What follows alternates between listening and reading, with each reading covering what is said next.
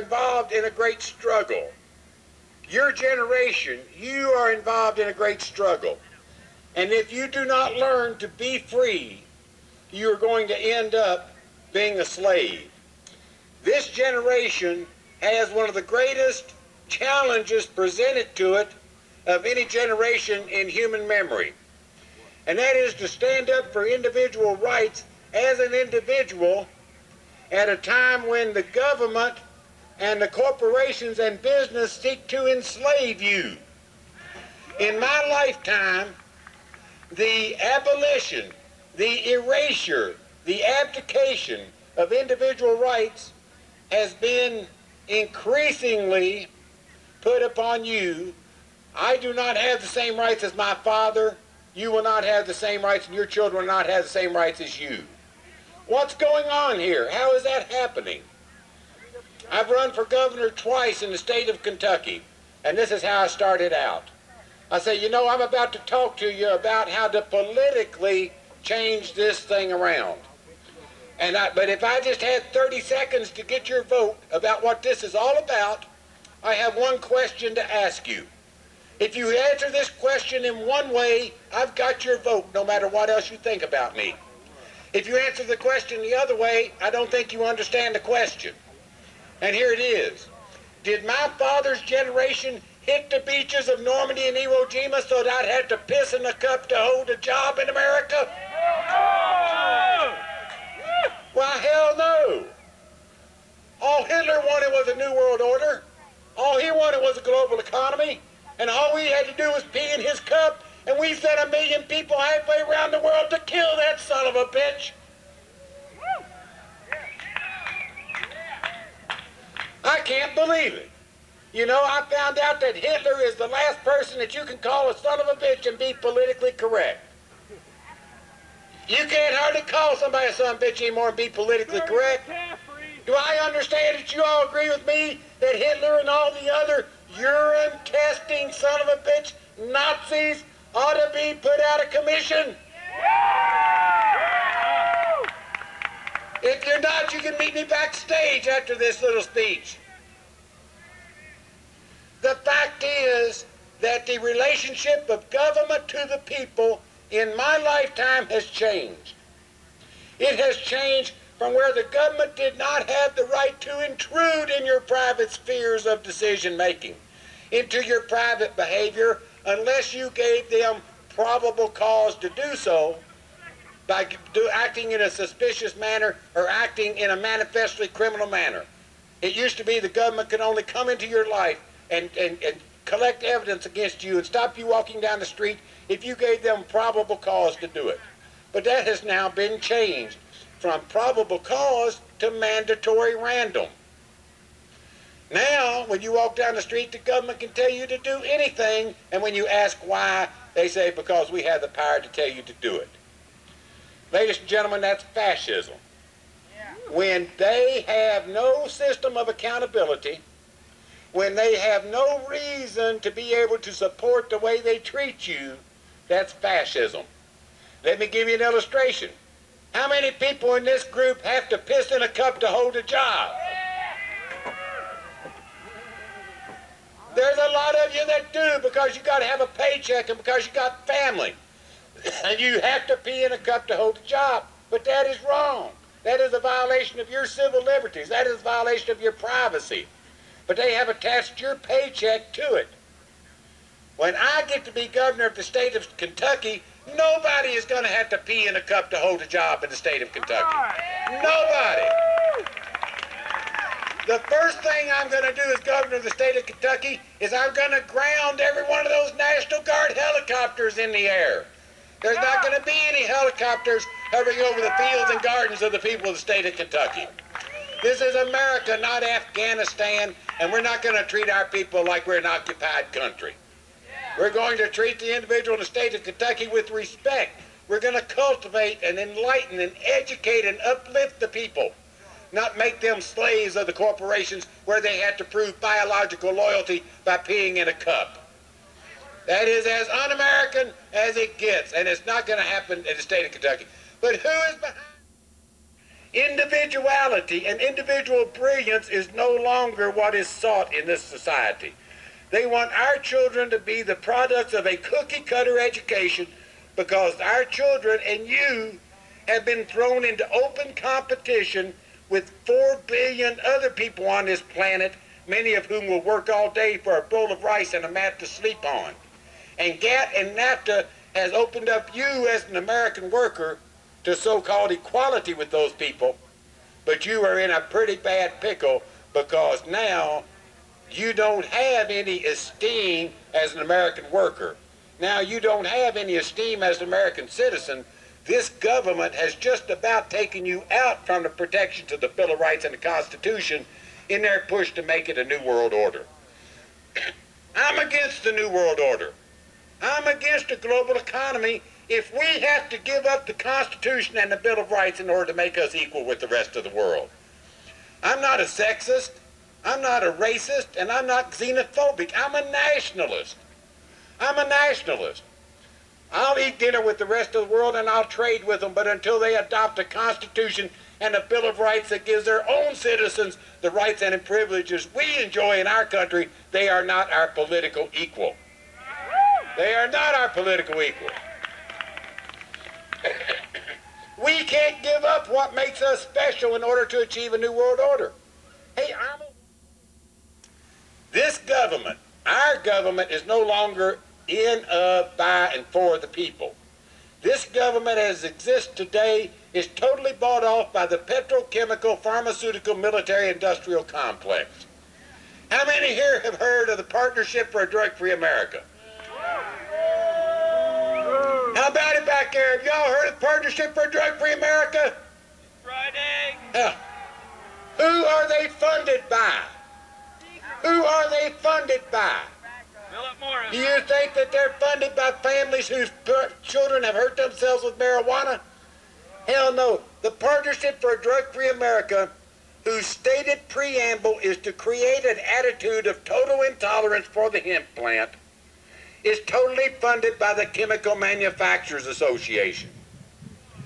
The very same people who make Prozac, who make those little back pills, the very same people who are trying to pharmaceutically lobotomize and enslave our older generation and increasingly our younger generation with Prozac and Ritalin. These people are fascists. You show me somebody who says they want a drug-free society and I will show you an alien. There has never been a drug-free society. There will never be a drug-free society. They know that, but they don't want the farmer competing with them in the production of the safest drug for a drug-free society, that wonderful herb cannabis, which should be totally accessible to anybody over 18 in this society who wants it. You know, this all didn't happen by chance. 150 years ago, we didn't have these problems. 150 years ago, we had nuclear families where the divorce rate is nowhere near what it is today. You could be born on a farm and depend on your mom and dad leaving that farm to you, and you could leave it to your children, and you had roots in a society. And you could be born in a small town and grow up and fall in love and raise a family and live and die because the small town economy would support you. And in the big cities, we didn't have people thrown off the land and out of the small towns to compete for scarce urban resources. And we didn't have the environmental problems that we have today. That's because 125 years ago, the farmer raised all the fiber, all the medicine, all the fuel, and all the food that this society consumes. That's what farming is, a natural heritage. And there is a great morality attached to farming. Things like if you don't work, you don't eat. Right. You reap what you sow. Right. There is a time for slaughter, but it's to keep mankind and the animal life alive. They cultivate plants. You have a relationship with Mother Earth. There's a basic tenets of society that we learn from our relationship with the natural cycle. But today, the farmer doesn't raise any fiber. If they do, it's cotton, which accounts for 50% of the pesticides and herbicides used in the agricultural sector. The farmer doesn't raise any medicine. It's all been monopolized by the pharmaceutical companies. The farmer doesn't raise any fuel. It's all been monopolized by the petrochemical companies. And if you go into a grocery store and look at the ingredients on a package, you will find out how rapidly the farmer's being displaced from their heritage of food production. It's all been taken over by the synthetic manufacturers who, in producing their synthetic products, create the toxic waste and the hazardous byproducts with which we have such a tough time dealing. And that didn't come about because of consumer demand or supply and demand of the marketplace. It came about because in 1937 they created the New Deal.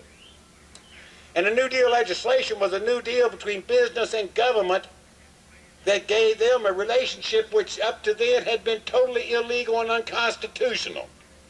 But what it did was it stopped the farmer from competing with the synthetic manufacturers from the natural cycle. It criminalized the farmer's competition in growing natural fiber, fuel, medicine, and food.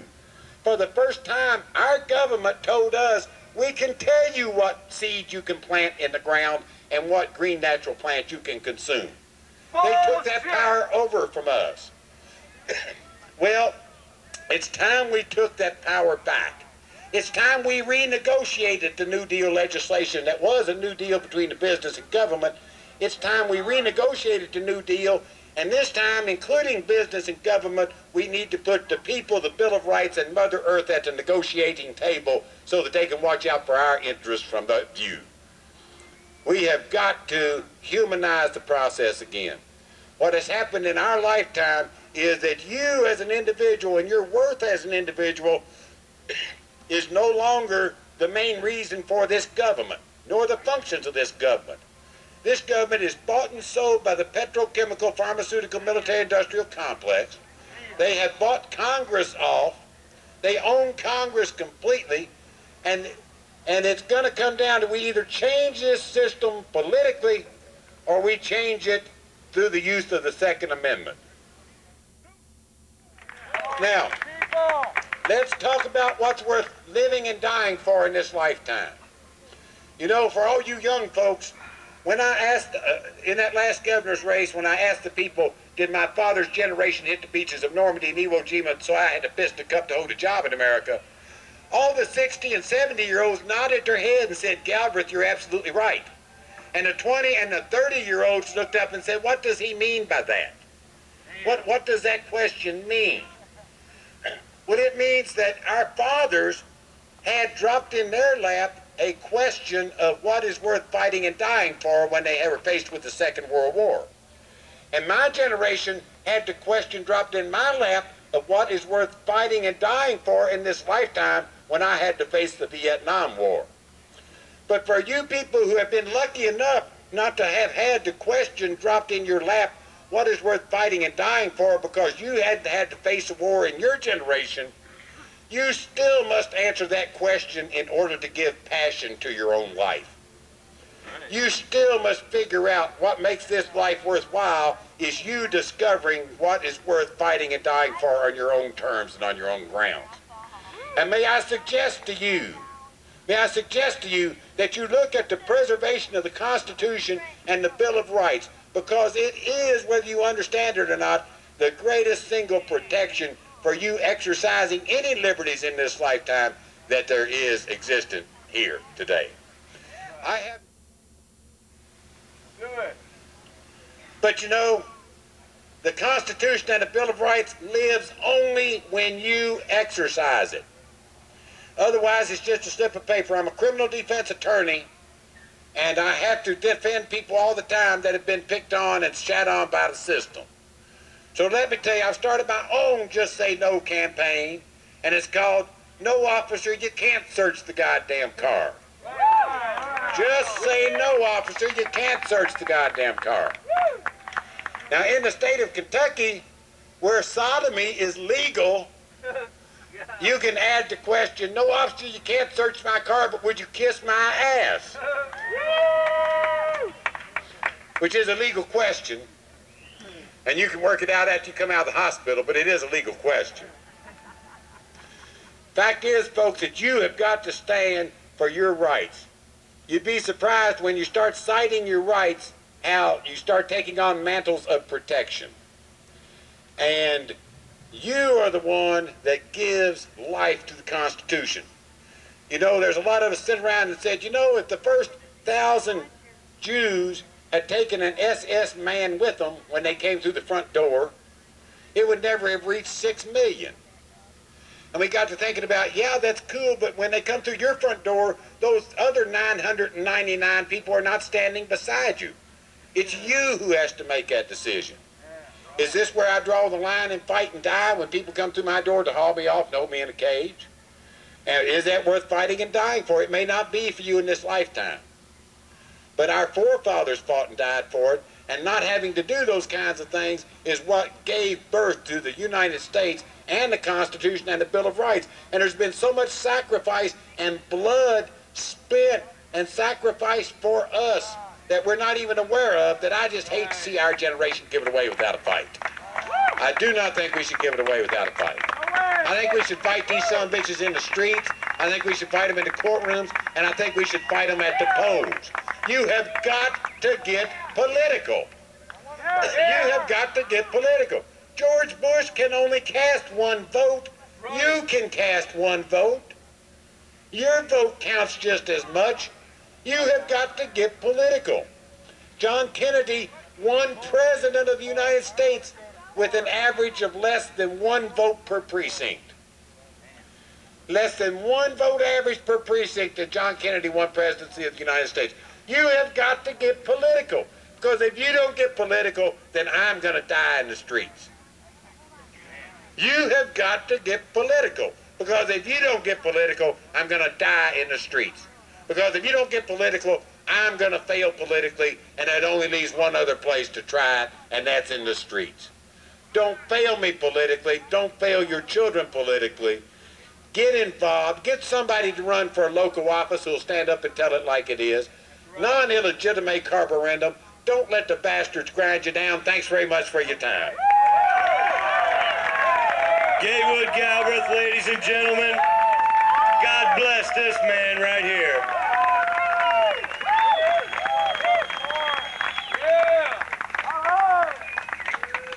And now, if we had one person like this man in each state, what would this country be doing?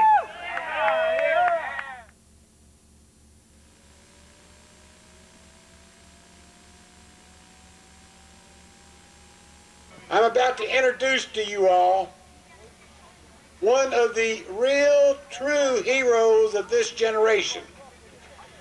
You know, back in early 1980s, after Ronald Reagan had taken over the White House, and his buddies who wanted to start private prisons and put people in jail for smoking marijuana and forfeit their property, things looked really bad for the individual rights and human rights movement in this country. Things looked really bad for the person against the large corporations. The large corporations were seeking to enslave us all, and the political landscape and the individual rights landscape in the United States was very bleak. But out there on that horizon, there was a noise, and there was a caravan of people who were breaking up that bleak and barren landscape with a caravan called the Cannabis Action Network. And the Cannabis Action Network was a group of young people who went all over the country telling people about hemp and marijuana. And they were funded by a man out of California named Jack Hare. Jack Hare, who had written a book called The Emperor Wears No Clothes. And if in fact, as Thomas Edison said, genius is 1% inspiration and 99% perspiration, then Jack Hare is indeed a genius of this generation. Because you would not be where you're sitting right now if it was not for the next speaker you're going to hear, Jack Hare. There would be no hemp movement if it was not for Jack Hare. Jack Hare has spent millions of dollars and hundreds of thousands of hours of his own time investigating and discovering and researching the hemp plant and what it has meant to this planet and to past generations and this generation. Jack Hare is the reason that the marijuana movement has gone where it is today. He's the reason that the people of California had a basis for passing Proposition 215. He's the reason that I am still alive in the hemp movement and the marijuana movement. And he is the reason why we are allowed to have festivals like this with people coming out and communing with Mother Nature and paying homage to free speech, the Bill of Rights, their individual human nature, and to that most marvelous of God's gift, cannabis, hemp, ganja, marijuana, the kind weed, the herb, the good smoke, and the reason that we're here today. So I want to tell you, in all my searching for the real heroes of this generation, the two heroes that I've come across that qualify for two American heroes in this generation as far as I'm concerned, one of them is my good friend Willie Nelson, and the other is the man I want to introduce and bring up to you right now. Ladies and gentlemen, a real true giant of this generation. In your lifetime, you're going to have the pleasure of hearing, and I want you to pay real good applause to this next man, Mr. Jack Hare. Let's hear it for Jack Hare, the father of the modern day hemp movement in the United States of America. Gatewood's the real father. When we met in the 70s, we first discovered that, except for him and I and a couple other people, nobody knew that you could do anything with marijuana except get stoned. Of course, here in the East, I've run into people over and over again that tell me that they can't smoke a joint with me. Hold up.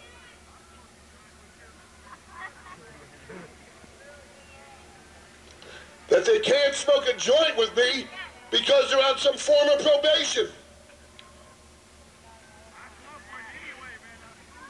That if they get a smoke today while they're here partying, for instance, they'll be caught on their probation or on their job.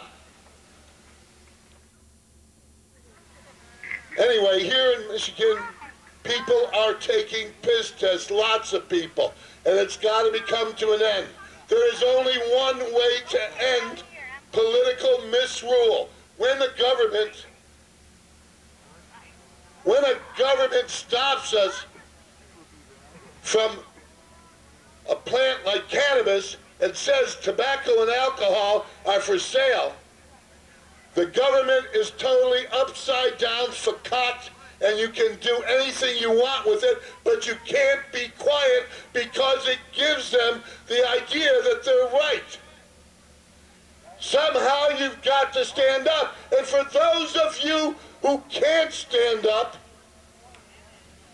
because of job, because of family, because of some special circumstance, then give of your income a portion to people like the people putting on this event here, to the California Normal, to the Michigan Normal, to the Ohio Normal, to the hemp organizations, to organizations that are doing it. They need your support. If you can't stand up and you're going to school, and you can't stand up and you want to, there's another way all of us can stand up. Vote with a dollar bill. Give it, support it. I've never asked you guys for money. I'm not asking you guys for money. But there are organizations all over Michigan, all over Ohio and Indiana that need your support, and they can't get it. If you say, I can't go out and collect signatures or do something, go and give money. The government of the United States is not a buddy. Right now, more people are being put in jail for marijuana than any other crime. The government of the United States is cracking down more on marijuana than on anything else. We have jumped 200,000 arrests in 2 years, from 400 and some thousand to 600 and some thousand for marijuana. The safest therapeutically active substance known to man. One thing on earth that nobody has ever died from in the history of this planet. Nobody has ever died from marijuana that wasn't shot by a cop.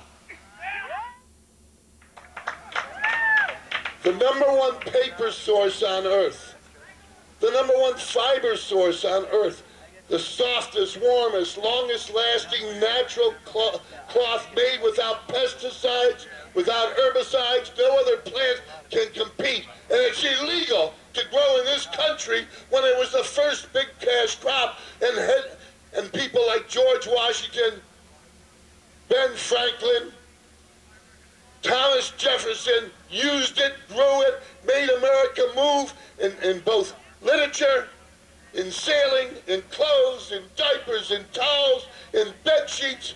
The number one thing was marijuana, and the reason we're not upset about it is we're too nice to people to be upset about it. But if somebody lied to you about anything else, as much as history, you'd get in their face, and you got to get up and get in people's face. You got to write to the editors of the newspapers.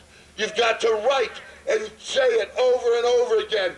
Make sure your documentation is correct and hammer it home. But you don't do it just once. You do it over and over and over and over and over and over again, because that's the only way you're going to win. Yeah. Otherwise, you're going to be piss-tested to your 70s. Or living a lie with alcohol, killing you, and you're having to suggest it to your kid that you have to do alcohol instead of pot.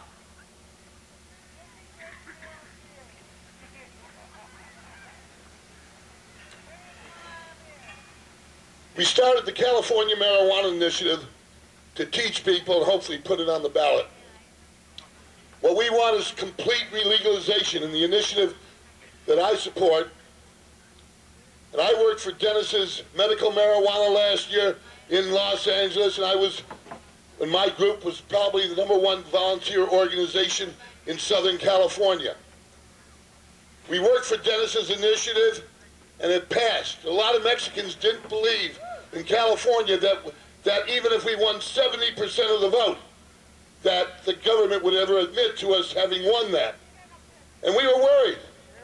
Jesus Christ, no Mexican that I talked to, and we talked to a lot of them that are a part of our organization, believed that the government would let us win on this medical marijuana.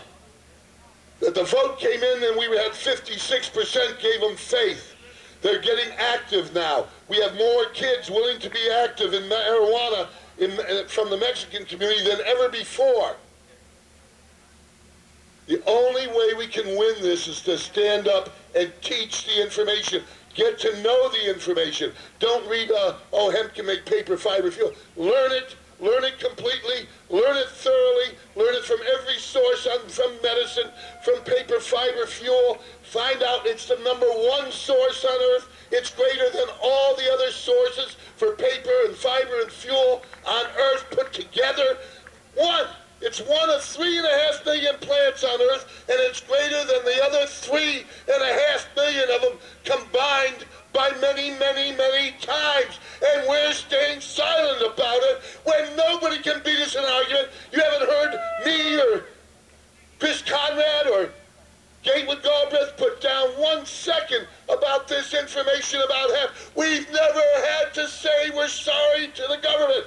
What we say is, hemp is the #1 source, and what they say is, I'm talking about marijuana and the dangers to children, they say.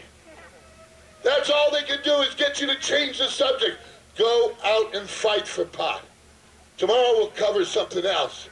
Go out and learn pot, read pot, know pot, and teach it to everybody around you. God bless you. Have fun tonight. I'm here with you. Bye. Jack Hare, ladies and gentlemen. It is an honor and a privilege to have him here at the Rainbow Farm. Next, we're going to have Elvie Masika.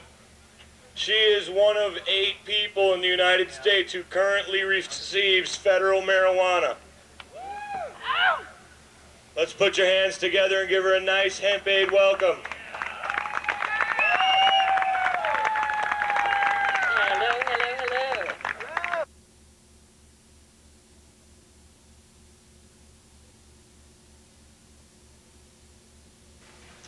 One day I was at home thinking, dear God, I'm a legal recipient. It took 12 years. I lost one eye because my doctors did not have the freedom, and still do not in the United States, have the freedom to discuss God's work, honestly with me, they can only endorse the pharmaceuticals who set the rules and the perimeters. And unfortunately, they're not going to spend millions of dollars making sure that you know that the research is done, that okay, it's an herb that God said you could grow in the backyard. They want you to deal with little pills. My doctors were cooperative as far as they could go, and as soon as the Marinol came out, I was given it. Doctor probably could have gotten in trouble with that one too, because it was not recommended for glaucoma. But he knew I was using marijuana illegally, and we both hoped that it would work, because then we had at least a Schedule II drug to deal with. Isn't that interesting? Marijuana, supposedly, according to the scheduling, which is a total lie, has no medical value whatsoever. But the imitation of the one ingredient that gets us mellow and, a little euphoric, the imitation of God's work, now that's the medicine, and it's a Schedule II. Hello? As the song said, is anybody here, right? But those things, have been going on, and I just wanted to help some more, and I did say a little prayer, and I said, most infinite spirit of love, which is the one God I will always worship, because that is the God that joins me to you. That's that infinite light we each hold within and keeps us together and keeps us going from one generation to the other, hoping to leave a better spot than the one we lived in. That's love. That's what joins us. Anyway, when I was thinking about those things, I thought, well, would you give me the strength and the knowledge so that I can help others to learn? I don't want to contribute to a war on to the war thing, and people are getting killed on both sides, and I don't want any blood on my hands, but I want to help the people who need it, Boy, be careful what you pray for. Within 20 minutes, I got my first call for the University of Florida, and I have been on the road ever since. Because it was there that I began to learn these different things that you have heard so eloquently discussed tonight. And after I got on the road with the Cannabis Action Network, which was mentioned here earlier, a young group of people who travel in some old bands, we went everywhere. I remember being in North Carolina thinking, anyone wants to get rid of us, we will never be missed off of one of these cliffs, that's it. But instantly knowing, wasn't a voice that spoke to me, it was a knowledge that we were being protected by freedom spirits that have gone beyond, that were glad to give their lives to make sure this freedom was preserved for all of us. And I saw that spirit and I felt it all over this country. I felt it here in Michigan when I won my Freedom Fighter of the Year award. I felt it when we traveled through New England. In fact, in New England was where I was inspired to write that last song that I just sang to you. Because I was seeing the signs on the roof, that said, get a real job. So it's been quite an experience, and one that's really brought me to you. But the sad part of it is that I never had to lose any sight. That as soon as I was diagnosed with glaucoma, a kind doctor told me that if I didn't start smoking marijuana, I was going to go blind. And I thought he was crazy because I didn't want to go on drugs. I was, doing at least a pack of cigarettes every day and having a drink here and there, no doubt, I still do. But I didn't think those were drugs. So I was terrified of the medicine that would have indeed kept the sight in my better eye as it has maintained it on my left eye. I did use the marijuana. It did work, but those poor doctors were not free to tell me the truth. So they had to advise me to take surgeries that would lead me literally to a blind alley where I was when I was arrested. I had lost my eye completely. So we went to war, so to speak, or joined the war as victims, as casualties. We're pushed into those situations, and learning more about it, learning, for instance, that there were at the time 300,000 people being arrested yearly for marijuana, period, really broke my heart. I didn't have any idea how serious the problem was. Now it has doubled. We're arresting nearly 600,000 people. The time has come for people to understand their responsibilities, to talk to their conscience, to understand what it is that we're fighting for. And it's amazing, what a group of people can do. The power to change this day to a new one. We have begun a journey that will open doors we haven't even dreamed of.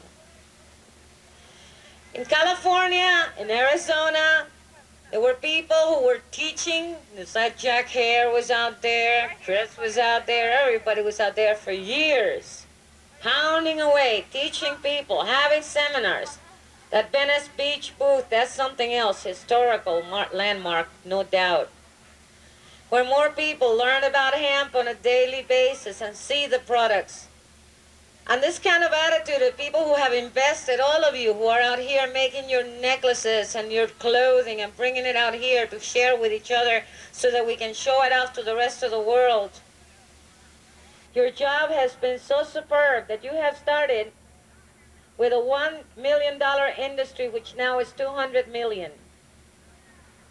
That's growth, in spite of the difficulties you have had to deal with. And as more and more of us come out of that closet, just as the gays had to do to earn their rightful place in society once more, we too need to come out of our closets. Well, I'm talking to the ones that are out, so that's kind of a waste of time. But we need to pass the message. The message is that there are people, very powerful corporations, there are people, you have to pay attention, for instance, to the things you use in your life. And if you find out that those are contributors to the war on us, because that's what we're having here, then you need to boycott, because the pocketbook is where it really, really hurts. You have to understand that Anheuser-Busch says you should have a Budweiser, but they won't let you have a Weiser Bud. They buy the helicopters for the news so that they can spy on you and report to the police, who by law cannot fly and spy on you that law. These people are not doing their job in tune with nature, and you need to remind them that if you're going to continue to support that industry, they need to understand that there is a Weiser Bud as well that you would maybe like to have in your life as a choice. It is sad to think of the people that will die on the highway just this holiday alone as a result of abuse of alcohol, very often, the homicides and the violence that will take place, the rapes that go on in our colleges, while our children cannot attend a simple concert or a sports event that's not sponsored by alcohol companies. Come on, there's no war on drugs here. We need to wake up. Exciting things are happening with California and Arizona bringing in that new day through those elections. And that's right, Arizona just got turned down. People have denied their right to their freedom through the elections, stating clearly that we no longer have a democracy in that particular state, at least for sure. But I think it's all over. But it's opening people's eyes. Just like when McCarthy and the Czar, McCarthy and Janet Reno stood there on December 29 and told the American public that they were not changing the laws, that they would continue to persecute and prosecute doctors who dare to speak about medical marijuana, that they would remove their licenses, that they would imprison the doctors, and that they would interfere with any kind of funding that they could possibly get in any way that the government related to it, such as Medicare programs or Medicare or Medicaid, whatever. Hey, I was so glad that at last the rest of the world got to hear exactly what we as patients have been dealing with for over 20 years. Now, I am seeing people, since that election was the dawn of a new day. The dark night of ignorance is over, because once the day begins, you have to go through it. The sun will get brighter and brighter till we can all see. And it is all of us. And we need to understand that, because for every action there is a reaction. And we need to teach that to our children from the time they begin to walk. Which we do, we show them that if they insist on banging their head on the table, it's going to hurt, things like that. But we need to show them responsibility for themselves, for each other, for our community, for the planet. And the only way we can show them is by example. We need to get out there. Now, people all over the country are doing what you already did in Michigan once, but people are catching on to it, and it's going to be an extremely powerful tool in continuing the path that Arizona and California have spelled out for us. That is, we're gathering patients throughout the country, and in several states there will be marches. Ohio is imperative, and Kaylee is working there with a woman named Joan Ballo, who has written a tremendous book about the effects of the psychological, physical, and spiritual benefits of marijuana. And she has a list of patients, and she's someone that needs to be contacted if you know a patient that wants to participate. These patients are going to go and meet with legislators. These patients are going to parade and put faces and names in the news of their lives and how these laws are affecting them. These are very, very beautiful, brave people who deserve your respect and your cooperation and your love and your prayers. These are your brothers and sisters that I'm so proud, as I am proud of all of you. Yes. Okay, I think we know one thing, that each and every one of you is needed in this movement. We may not have the numbers out there yet, but each of us has at least one, if not more, special talents that will enable us to enlighten those people so that they can make rational decisions. For every action, as I said before, there's a reaction.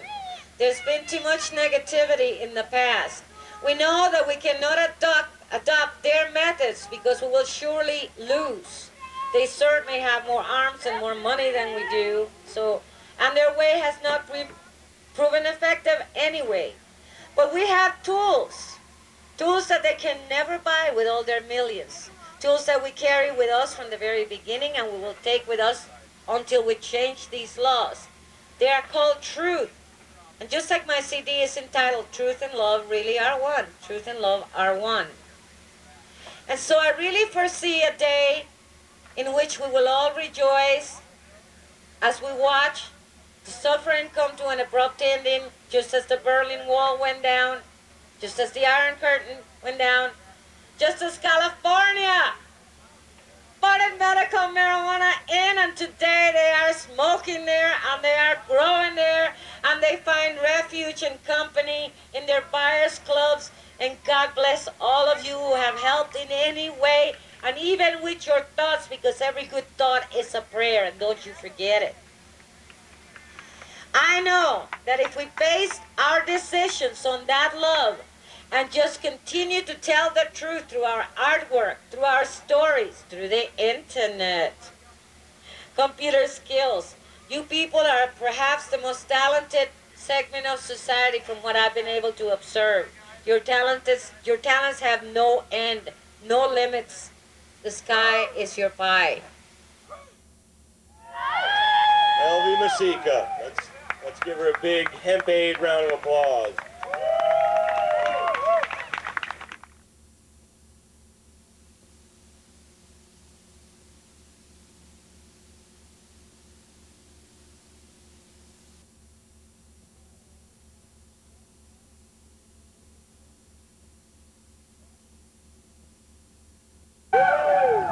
Right now, one of the brilliant men on this hemp tour, Mr. Chris Conrad.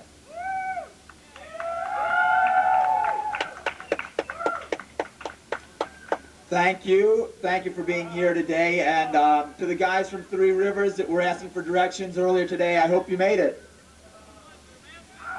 We're here in an era that has been built upon the concept of alienation and disempowerment, and yet today we bring a message of empowerment and future prosperity for everyone here.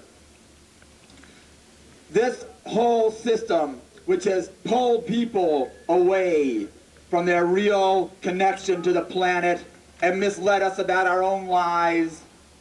I went to college, and when I went to the seminary, and I went to schools and educated myself very carefully, and I graduated with a magna cum laude degree, and I never learned anything about hemp. When Jack was talking about that yesterday, Jack Hare, it reminded me again how upsetting it is to know that the educational system is in fact complicit in hiding the truth from the American people.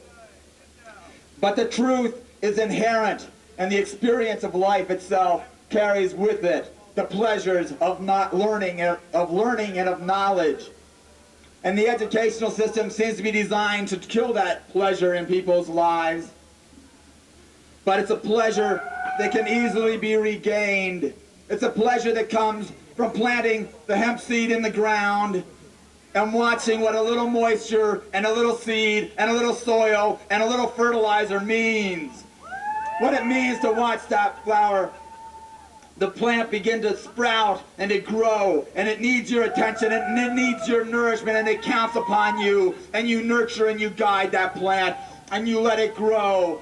And as you watch it grow, you see one set of leaves after another unfolding, opening up, the plant spreading out, growing, and as it matures, the fiber strengthens, and the trunk becomes strong, and it holds its head high in pride. And the plant grows, and it flowers, and the flowers produce those wonderful cannabinoids, including THC, tetrahydrocannabinoid on the trichomes of the resin glands of the flowers of the cannabis plant that connects with the receptors in the human brain, and it reminds us why we are here. Why indeed do we take the risks that we do to stand firm in the name of freedom and justice? And it reminds us that this planet can heal and it can grow back. And once you've seen the inherent logic of the natural order of regrowth and rejuvenation, it can never be taken from you. And it's important that we go forth from here determined that we shall grow hemp in Michigan. I said yesterday that the experience of fighting the drug war is like wrestling an elephant. That as you knock it down, you're in danger it might fall upon you. And it can still get up and be an elephant. And I see here today that we are standing with our brothers and sisters in the militia who are here to protect us and to keep our rights free. I must say, though, that the cannabis reform movement is at its core a pacifist movement. A movement that is not based upon the idea that we need violence to win. In fact, we shall build as Gandhi and Martin Luther King and Jesus Christ and all those who have gone before in the name of peace. And we will build a peaceful future. And so I thank these militia for being here to protect this very vulnerable cadre of people who are ready to protect the future and make the world better for everyone else. So thank you for protecting the seedling of hope and for helping us to grow a new hemp order for the future of man and humanity itself. I know this can be done. In my opening remarks, I said that this event itself is like an allegory of what we experience in the hemp movement. And sure enough, I've seen that allegory unfold once again. We've come together in the days of sun and of music to enjoy the experience of getting high together. And let me say this, that this is a point of pride. We do not stand here in embarrassment and shame, hiding the fact that we are cannabis smokers and adults who know how to take a responsible enjoyment of our lives. We are indeed proud, and we demand the respect that belongs to us, and we are not hanging our heads, we are holding our shins up.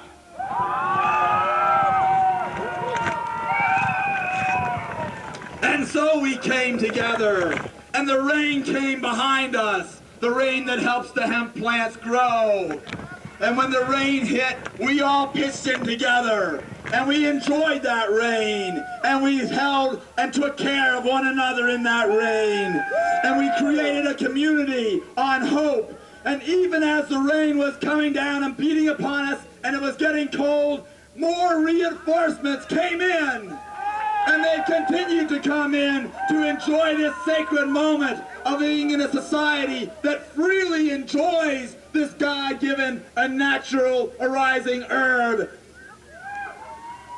And so, now the weather changes, the nights grow long, it's getting dark and a little chilly again, and still a solid core of people have hung together, bonded together, working together with a shared experience of this moment. And we've had dependable workers spreading out the straw and helping to make our lives more comfortable and solving the problems that have arisen. When individuals have had problems, there's been people here to help us. That is indeed the spirit that cannabis has shown us. People working together for the good of all. And so I cannot accept that this human species, which for 10,000 years has planted countless fields of hemp and worked together to build the food, clothing, paper, housing, shelter, plastics, energy, and needs of society, and providing medicine for all, and grown that hemp and tilled the field and harvested and processed the crop and brought it to society in the form of goods that have advanced all of our lives. I do not believe that we have done this just so that this generation shall be sacrificed upon the altar of the petro-criminal industry. No, we've done too much. We've grown too much hemp. We've built too many civilizations.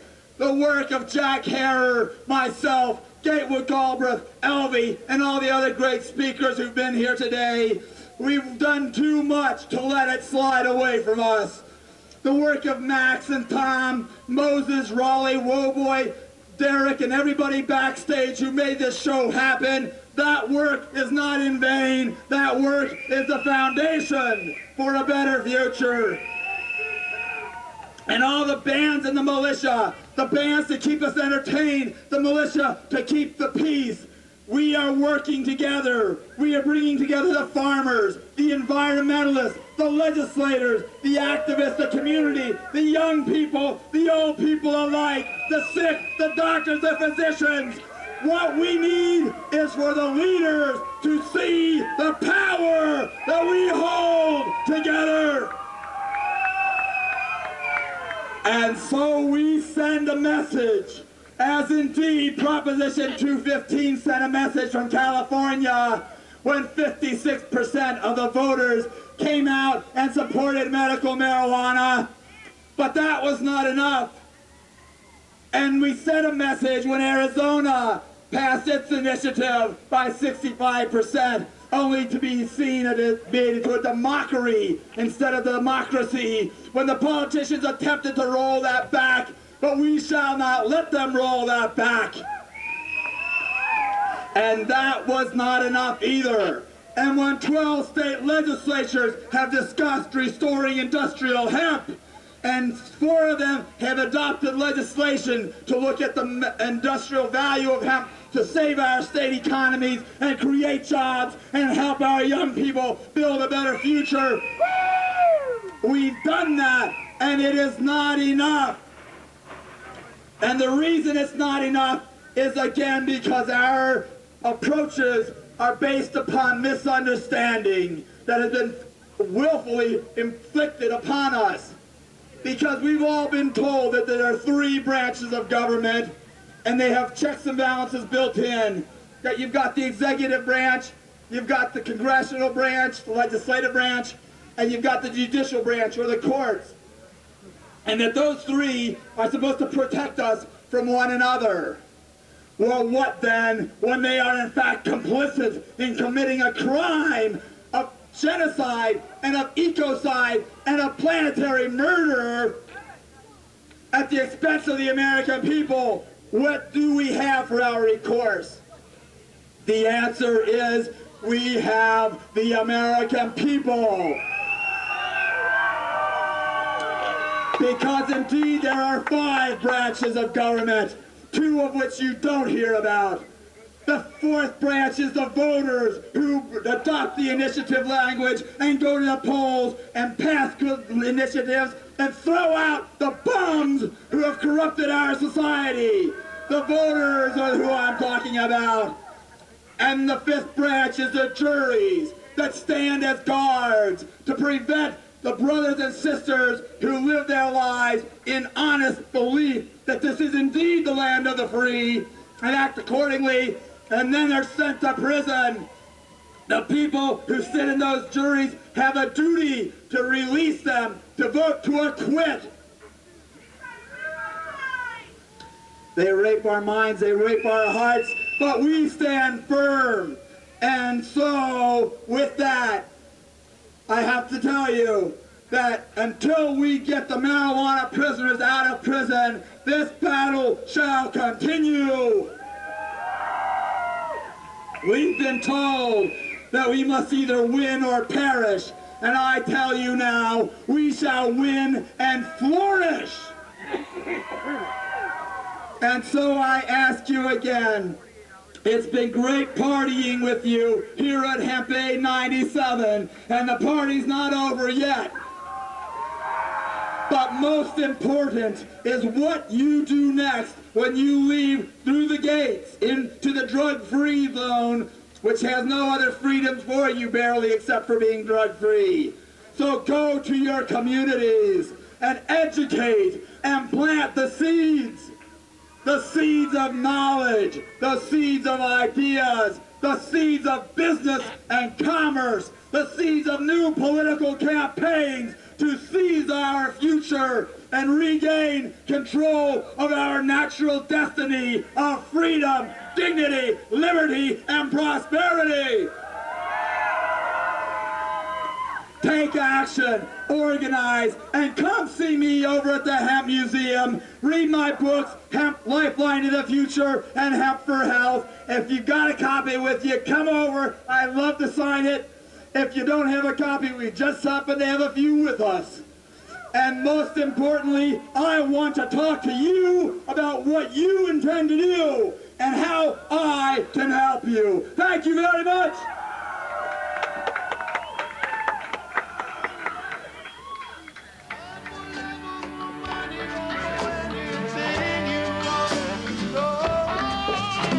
I'm not criminal.